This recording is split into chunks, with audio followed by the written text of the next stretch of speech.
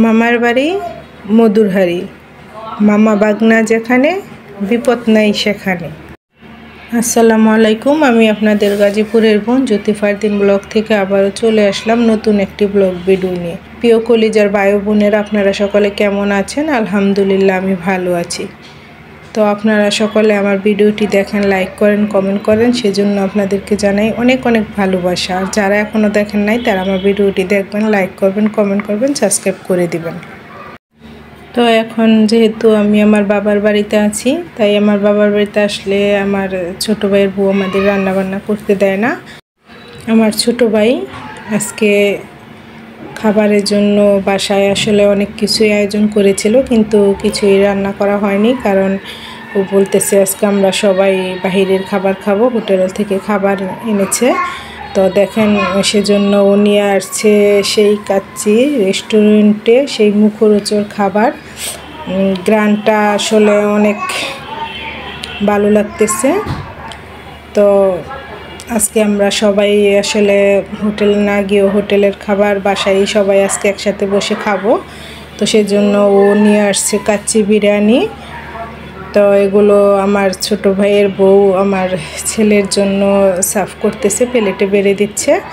তো আজকে আমরা এগুলো দিয়েই আমরা খাবার খাবো। কাচ্চি বিরিয়ানিটা কিন্তু আমাদের ঢাকার খুব ঐতিহ্যবাহী খাবার, আর এই খাবারের সাথে অন্য কোনো কিছুর তুলনা চলে না। তো আজকে কাচ্চির সাথে অনেকগুলো খাসির মাংসর ভালো ভালো পিস, সাথে ডিম, আমের আচার, এগুলো খুব ভালো দেখে মনে হচ্ছে যে না, খেতে খুব ভালো হবে। আর কাচ্চির মাংসটা কিন্তু সেই লাগতেছে। তো এগুলো খাবারের জন্য আমরা সবাই বসেছি, পরিবেশন করতেছি। তো প্রথমে আমার ছেলে, আমার বড় আপা, আসলে আমরা সবাই এই জায়গায় এসেছি বেড়াতে, তো সবার খাবারের জন্যই এগুলো আজকে আয়োজন করা হয়েছে। আসলে আমরা অনেক ভাগ্যবতী, আল্লাহর কাছে লাখ লাখ শুকরিয়া। আমাদের বাবা মা নাই, তারা দুজনই মারা গেছে, আপনারা ওনাদের জন্য দোয়া করবেন।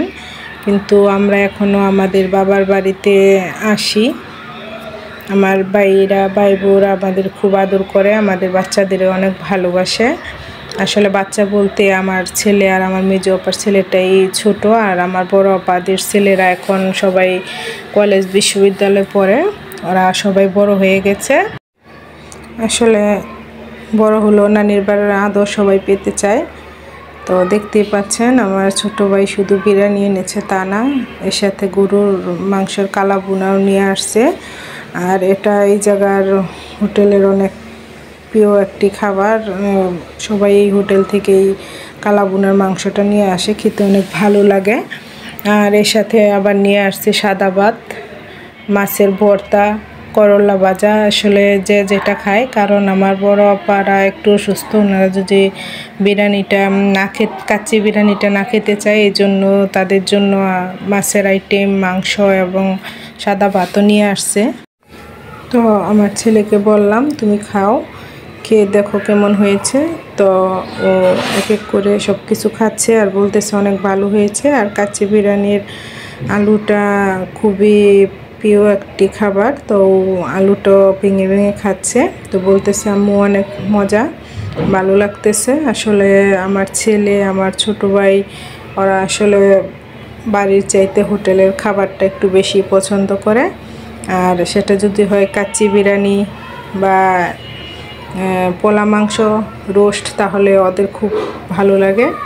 আসলে বাহিরের খাবারটা ওদের একটু বেশি পছন্দের।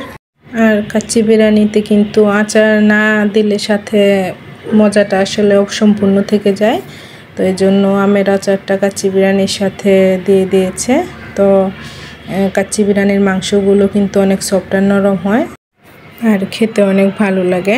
আর আমার ছেলেকে বললাম যে গরুর মাংসর কালো বোনা নাও, নিয়ে একটু খাও। তো মাংসগুলো ভেঙে তারপরে খাচ্ছে। মাংসগুলো অনেক সফট আর রসালো হয়েছে, দেখতেই পাচ্ছেন, হাত দিয়ে চাপ দিলেই ভেঙে যাচ্ছে।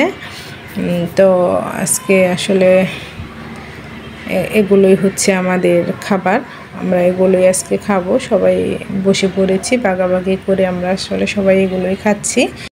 আসলে বাবা মা না থাকলে পৃথিবীটা একদম অন্ধকারে ছেয়ে যায়, কিন্তু সেক্ষেত্রে আমরা কিন্তু অনেক ভাগ্যবতী।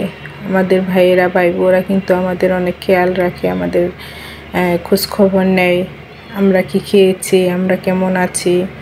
আসলে তখন বুকের ভিতরটা খুশিতে অনেক ভরে ওঠে, মনে হয় যে বাবা মা নাই তাতে কি হয়েছে, বাবার মতো ভাই আর মার মতো বড় বোন তো আছে। ঢাকা শহরের কাচ্চি বিরিয়ানির স্বাদ কিন্তু সেই, আর আমাদের এই জায়গার রেস্টুরেন্টের কাচ্চি বিরিয়ানির তুলনা কিন্তু অন্য কোথাও চলে না। আমাদের এই জায়গার রেস্টুরেন্টের কাচ্চি বিরিয়ানির স্বাদ কিন্তু অনেক ভালো লাগে, আর সাথে যদি হয় গরুর মাংসর কালা বোনা, তাহলে তো কোনো কথাই নেই। আসলে এই পৃথিবীতে খাবারটাই বড় কিছু নয়, কিন্তু যখন তাদের ভালোবাসার আদর যত্ন ভালোবাসার মুখটা দেখি, তখন নিজের কাছে অনেক ভালো লাগে। ওইটাই সবচেয়ে বড় তৃপ্তি। আসলে আমরা যখন সবাই বাসায় একসাথে আসি, তখন বাসায় অন্যরকম একটা উৎসব মুখর পরিবেশ তৈরি হয়। সবাই সবার মুখটা দেখি, সবাই সবার সাথে কথা বলি, অনেক কিছু শেয়ার করি, তখন আমাদের আসলে অনেক ভালো লাগে। কিন্তু সময়ের স্বল্পতার জন্য আসলে আমরা অনেক দিন থাকতেও পারি না, আর দেখা যায় যে ছেলে মেয়েদের স্কুলে দিলে ওরকম করে আর বাবার বাড়ি এসে থাকা খুব একটা সম্ভব হয় না।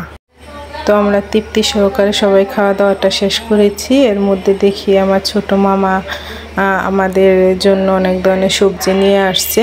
আসলে আমার মামা ছাদ বাগান, অনেক ধরনের সবজি হয়েছে, তো ওই জায়গা থেকে কিছু কিছু সবজি আসলে আমাদের জন্য নিয়ে আসছে। মামারা মামিরা আমাদেরকে অনেক ভালোবাসে, যদিও আমাদের নানা নানি নাই, কিন্তু ওনারা আমাদের খুব খেয়াল রাখে, অনেক ভালোবাসে। আসলে আমাদের বাড়ির কাছে আমার নানির বাড়ি, তো আমার মামা ছাদ বাগানে নাকি অনেক ধরনের সবজি করেছে, তো ওই জায়গার থেকে আজকে কিছু সবজি আমাদের জন্য পাঠিয়ে দিয়েছে। তো ওগুলো আমার ছোটো ভাই এর বউ সব বাজারে ব্যাগ থেকে একটা একটা করে ভার করতেছে, সাথে আমার ছেলেও। আমার মামার ছাদ বাগানে নাকি অনেক সুন্দর সবজি হয়েছে, তো বললো সবজি খাওয়া তো বড় কথা না, সবাইকে দিয়ে খেলে অনেক ভালো লাগে, তৃপ্তি আসে। তো এই জন্য মামা শালগম, ডাঁটা, লেটুস পাতা, বেগুন এগুলো সব পাঠিয়ে দিয়েছে। আসলে টাটকা সবজির স্বাদ অতুলনীয়। তো এগুলো তো সবজি না, মনে হচ্ছে অনেক অনেক ভালোবাসা আমাদের জন্য আমার মামা মামি পাঠিয়ে দিয়েছে। তো আপনারা সবাই আমার ভিডিওটি দেখবেন, কেমন হয়েছে বলবেন। তো আবারও চলে আসব নতুন কোনো ব্লগ ভিডিও নিয়ে। তো আজকে পর্যন্তই, আপনারা সকলে ভালো থাকবেন, আর আমার ভিডিওটি কেমন হয় অবশ্যই কমেন্ট বক্সে জানাবেন। আজকে পর্যন্তই, আল্লাহ হাফেজ।